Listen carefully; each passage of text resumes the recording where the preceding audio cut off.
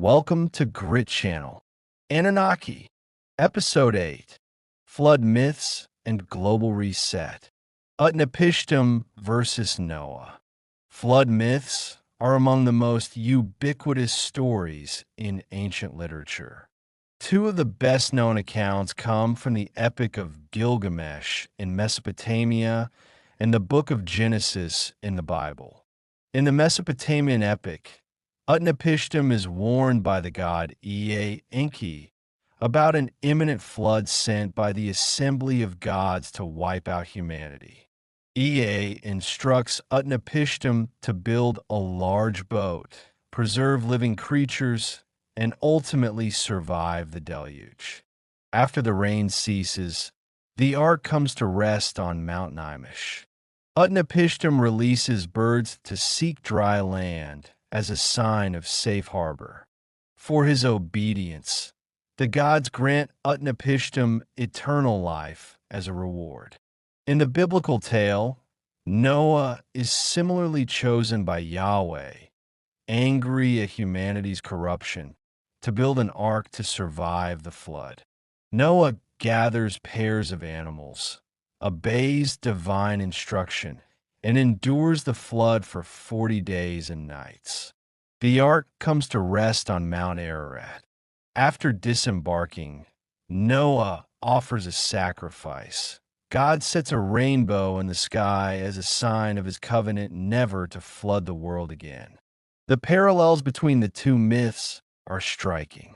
Divine warning, construction of a vessel, preservation of life, descent on a mountain, sacrificial ritual, and divine mercy. Scholars suggest that the Noah story may be rooted in earlier Mesopotamian traditions that migrated westward with cultural exchange. Ancient global catastrophes. Flood narratives transcend the Mesopotamian and Judeo-Christian canon. Cultures from around the world, India, China, Africa, Australia, North and South, America, have their own versions of a great flood. In India, the Matsya Purana recounts how the god Vishnu appears as a fish, Matsya, to save Manu and instruct him to build a vessel to survive the inundation. Ancient Chinese lore includes the flood hero Yu the Great, who tames floodwaters and rebuilds civilization. In Australia, Aboriginal Dreamtime stories speak of flooding events that reshaped landscapes and societal bonds. Indigenous peoples of the Americas, such as the Ojibwe or Mayans, also describe catastrophic ways that destroyed old worlds and ushered in new ages.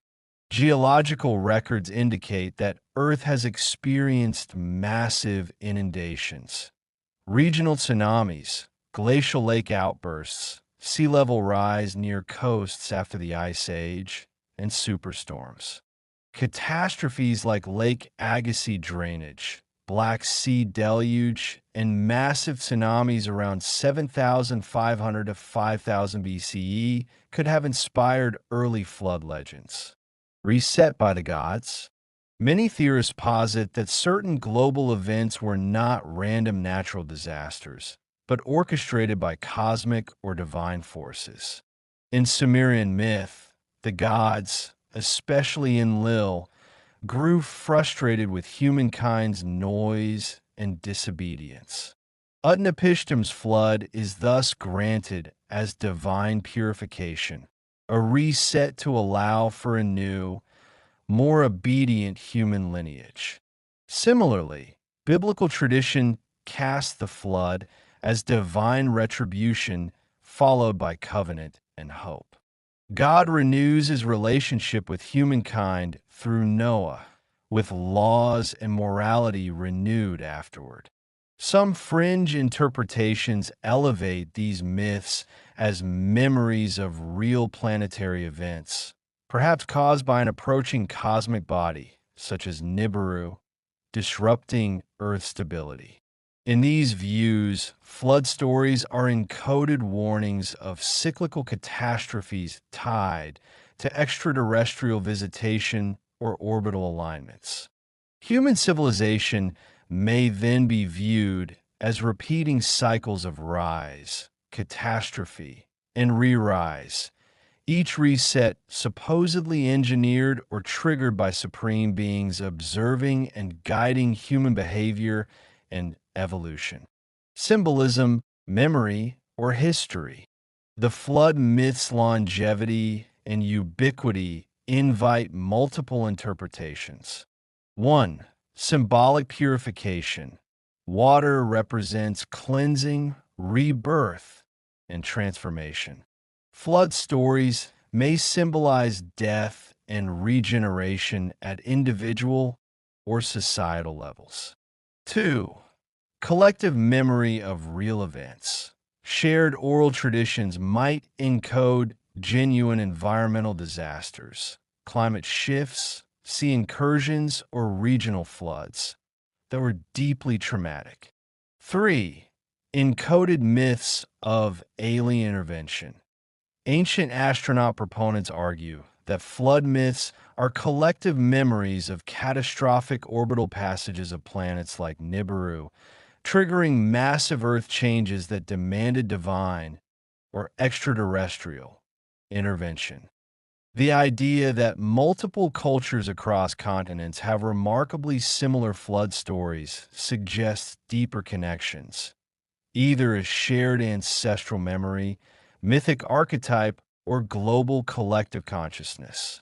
Modern resonance and prophecy. Flood narratives often come with prophetic overtones, warning that arrogance, corruption, or ignorance leads to downfall. They also carry messages of redemption. Survival is possible for those who heed warnings, follow divine instruction, and renew moral order. In modern discourse, flood myths resonate with climate change, global pandemics, and existential threats. Many see ancient myths as cautionary tales, warnings from our ancestors about the continuing risk of catastrophic resets. Within ancient astronaut circles, belief persists that a future return of celestial beings, coupled with planetary alignment or cosmic disruption, might once again force humanity into a reckoning or offer opportunity for spiritual and societal transformation. Conclusion. Flood myths, such as Utnapishtim's and Noah's, invite not only literary and theological reflection, but questions about shared human history. Whether symbols, memories, or cosmic warnings, these legends have shaped religious doctrines, cultural identities, and global lore. Whether orchestrated by gods, triggered by cosmic forces, or natural disasters, the concept of reset remains potent. From clay tablets to sacred texts across cultures, humanity grapples with cycles of destruction and rebirth, and with the search for meaning within the flood. See you in the next episode. Thank you for watching this video. Subscribe this channel for next video. Bye-bye.